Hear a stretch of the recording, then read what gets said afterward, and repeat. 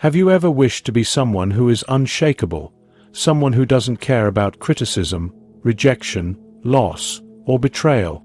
Have you ever dreamed of the day when you will finally stop feeling that silent pain, that anguish, that eats you up inside even when you pretend to be fine on the outside?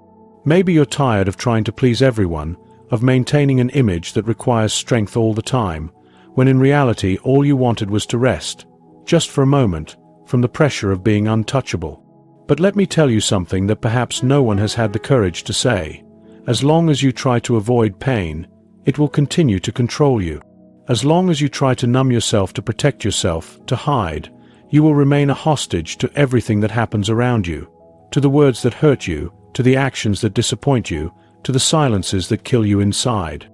And this is not weakness. This is the reality for most people. The difference is that some pretend better than others. Carl Jung, one of the greatest minds in depth psychology, said that we are not what happens to us, but what we choose to become, and that's where the key lies. It's not about shielding yourself from the world. It's not about becoming cold, indifferent, or untouchable. It's about integrating. It's about bringing to light everything that currently affects you in the dark. Because true strength is not the absence of pain, but the full awareness of who you are, even when you are bleeding. If you've made it this far, it's not by chance. This message is for you, for those who are tired of hurting themselves with everything and everyone.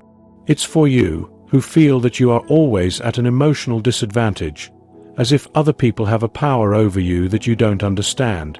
I want to show you that it doesn't have to be this way. But for that, you will have to face some truths that may hurt, and perhaps, for the first time, this pain will set you free. You believe that what hurts you is out there, in the actions of others, in poorly chosen words, in the abandonments you have suffered, in the betrayals you did not expect. But the truth is brutal. None of this really has the power to hurt you unless there is already an open wound inside you. What hurts you is not what others do to you. It is what these experiences activate within you. It is the story you tell yourself about it. It is the old trauma that has never been addressed. It is the emptiness you disguise with strength, with pride, with that desperate need to seem well-adjusted.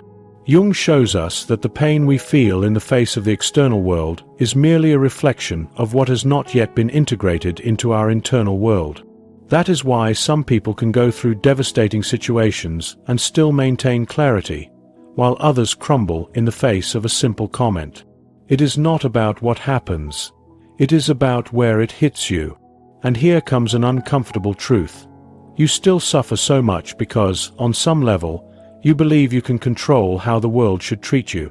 You are still trying to be good enough, smart enough, strong enough, understanding enough, as if that guarantees that no one will hurt you. But control is an illusion, and as long as you cling to it, you live in constant tension, trying to predict the unpredictable, trying to avoid the inevitable. Do you want to stop suffering? Then stop protecting yourself from suffering. What you need is not more control, but more awareness. As long as you believe that people need to change for you to stop feeling pain, you will remain enslaved by the actions of others. Your freedom begins the moment you understand that everything that comes from outside only has power if it finds an echo within you. And this is exactly where the true battlefield lies, the unconscious. What you do not see, do not understand, and do not master, masters you. And this is what we will explore in the next part. Get ready to dive one level deeper, because that is where true transformation begins. If this content is making sense to you, click the subscribe button and support the channel. Thank you for your support. The biggest lie you've been told is that you are in control of your life. Wake up, because you're not. At least not as long as you continue living on autopilot, reacting without knowing why, feeling without understanding where it comes from, making decisions that you later sabotage. Carl Jung made this clear when he said, "Until you make the unconscious conscious, it will direct your life, and you will call it fate." And that is exactly what is happening to you right now. The pain you feel, the anger that explodes out of nowhere, the sadness that invades you without explanation. None of this is random. They are messages coming from parts of you that have been forgotten, ignored, repressed. Jung referred to this dark territory as the unconscious, and it is not just a cloud of vague thoughts. It is an active force, an entire system of memories, trauma, desires, and fears that you do not want to face, but that continue to decide what you feel and how you act. You wonder why certain words destroy you while other people don't care. It's because those words touch sensitive points within you that are still alive, and if they are alive, it is because you have never confronted them. You have only pushed them under the psychological rug, and now you keep tripping over them. Jung said, "We cannot change anything until we accept it. Condemnation does not liberate, it oppresses." And what have you been doing? Judging yourself, repressing yourself, silencing yourself, as if that would solve anything. The truth is that the unconscious does not disappear just because you ignore it. It only finds more dangerous ways to manifest, in toxic relationships that you repeat, in patterns of self-sabotage that you cannot break, in anxieties and fears that arise when everything seems to be going well. This is not bad luck. It is your unconscious trying to wake you up, but you insist on sleeping. Do you want to be someone who is no longer hurt? Then stop running away from what is inside you, because as long as you do not know your unconscious, you will be a puppet of your emotions. The more you try to protect yourself from external pain, the more vulnerable you become to internal pain. But there is a way out, and it is not in defending yourself. It is in integrating yourself, because becoming untouchable is not an act of resistance. It is an act of deep knowledge. This is what we will see next. What does it truly mean to be someone who is unshaken, and why does this strength not come from armor, but from acceptance? Let's continue. Most people believe that the only way to avoid getting hurt is by closing themselves off. They build walls, create masks, develop emotional armor, and pretend that nothing affects them. They say, "I don't care anymore. I couldn't care less. Nothing gets to me." But inside, they continue to bleed. They keep corroding, because the problem was never about feeling. The problem is not knowing what you are feeling and why, and this only happens to those who do not yet know themselves.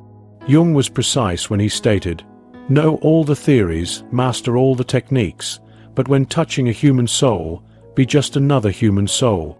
And that human soul you insist on hiding behind a strong, invulnerable, controlled character is screaming to be seen. Becoming emotionally strong has nothing to do with being cold. It has nothing to do with ignoring pain, avoiding conflict, or pretending not to care.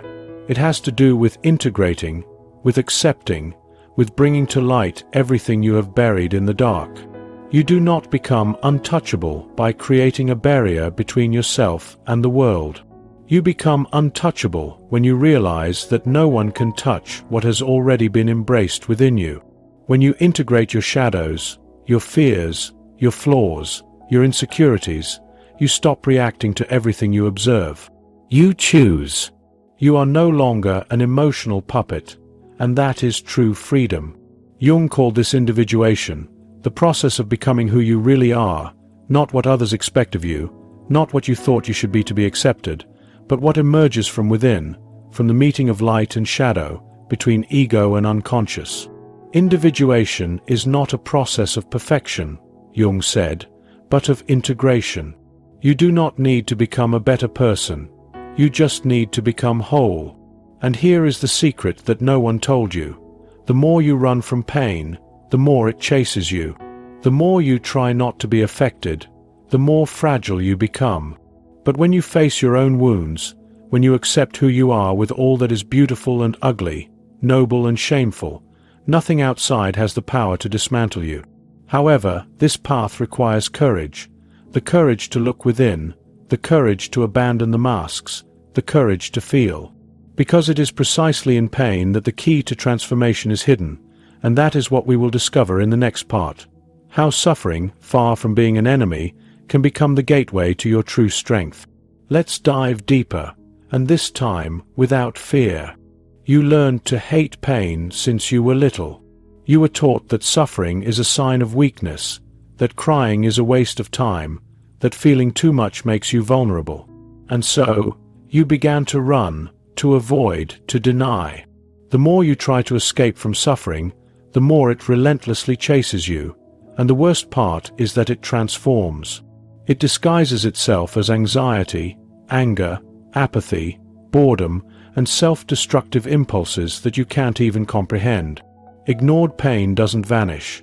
Instead, it digs deep tunnels inside you until, without warning, everything collapses. Jung perceived suffering in a radically different light. He believed that pain is the soul's messenger, an alarm from the unconscious, the language the self uses to capture your attention. He said depression is like a lady dressed in black. If she appears, don't push her away. Invite her to sit down, offer her coffee, and listen to what she has to say. But instead, you ignore her. You silence yourself.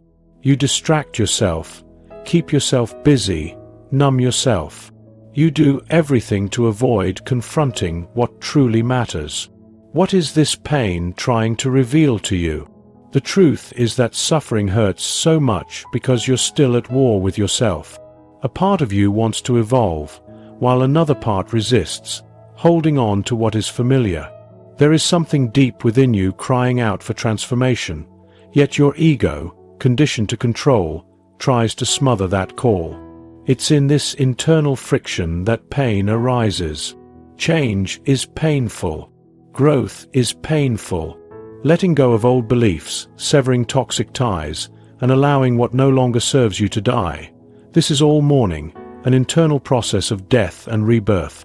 But it's precisely within this space of destruction that something new can emerge. When everything inside you is deconstructed, when your certainties crumble, when pain exposes your vulnerability, you can finally see who you truly are, without the layers of protection, without the performances, without the mask. And at that exact moment, suffering becomes sacred, because it brings you to your knees before the only thing that can set you free, yourself.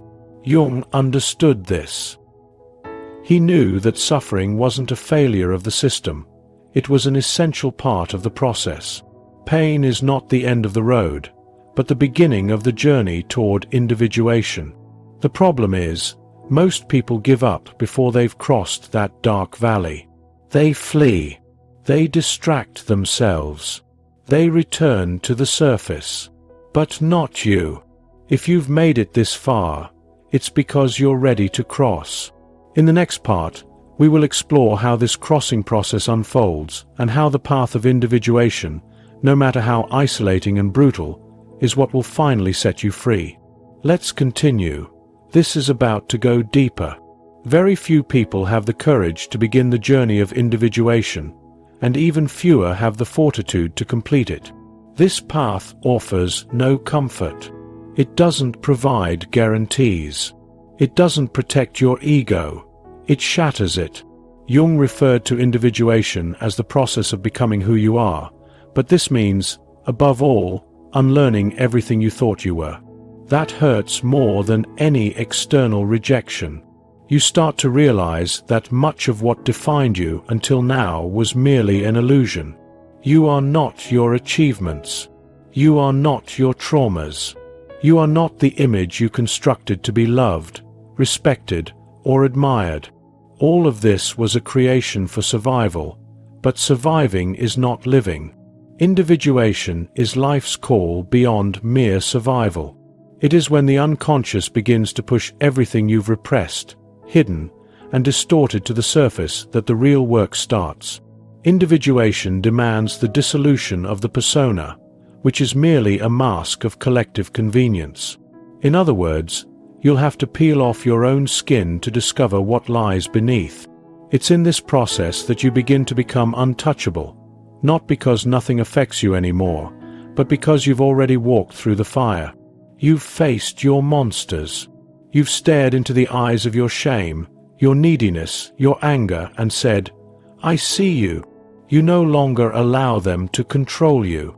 It is this internal clarity, this lucidity in the face of your own darkness, that grants you a strength that doesn't rely on approval, recognition, or control. You no longer need to be loved by everyone. You no longer need to win every argument. You no longer need to appear strong because you know who you are, and no one can take that away from you. True emotional armor is not a shell, it's a core. It is the integration of all your parts into a center of consciousness that remains unshaken in the face of storms. You may feel pain, but it doesn't break you. You may be hurt, but you do not lose yourself. You have stopped being reactive and have become whole. You've stopped living on the surface and begun inhabiting the depths. However, this depth comes at a cost: loneliness. Not because you will be alone, but because few people can accompany you on this journey. Most are still trapped on the surface, behind masks, paralyzed by the fear of feeling. When you start to free yourself, you inevitably distance yourself. But this distancing is not rejection, it's maturation. You don't distance yourself out of pride. You distance yourself because you no longer fit in the places where you once hid. And this brings us to the final point of this journey: consciousness as a shield. It's not strength that protects you, it's clarity. This is what we will discuss in the last part. Consciousness is the only state in which absolutely nothing has more power over you. Let's finish this crossing together. We're almost there. Now that you've made it this far, there's something that needs to be stated clearly. Nothing, absolutely nothing, will shield you from external suffering if you remain unconscious of what happens within you. The words will continue to hurt. The rejections will still sting. The losses will keep knocking you down until you awaken. And awakening is not a magical event. It is a daily choice. It is looking within, even when it hurts. It is taking responsibility for everything you feel, without blaming others, the past, or fate anymore. Carl Jung said, "What you resist persists. What you accept transforms you." You've spent your entire life resisting the fear of not being enough, the emptiness of rejection, the pain of loneliness, the anguish of not feeling seen. But what did you do with that? You hid. You silenced yourself. You tried to control everything. You tried to be perfect. You tried to be strong. And all of that has led you here, exhausted, tired of fighting the world and fighting yourself. But now you know, true emotional immunity is not about hardness. It is about clarity. It is not about creating armor. It is about expanding your awareness. When you understand your triggers, your patterns, your wounds, the actions of others lose the power to destroy you. You still feel, but you don't drown. You still suffer, but you don't lose yourself. And that changes everything. What shields you is not about protecting yourself from life. It is about diving into it fully. Those who live on the surface are hurt by any wave. Those who dive know that there is silence, stability, and power down below. And that is where you're headed. When you start to live from a place of integration, presence, and acceptance, the world may try to knock you down, but it no longer finds a weak point to strike. If this video has touched you in some way, if something within you has stirred, write "I choose awareness" in the comments. Let's start a movement of people who no longer want to merely survive by pretending to be strong, but who want to live with truth. And don't forget, the next video is also a crucial part of this journey. It's important that you keep going. True transformation only begins when you don't stop at the first step. See you there.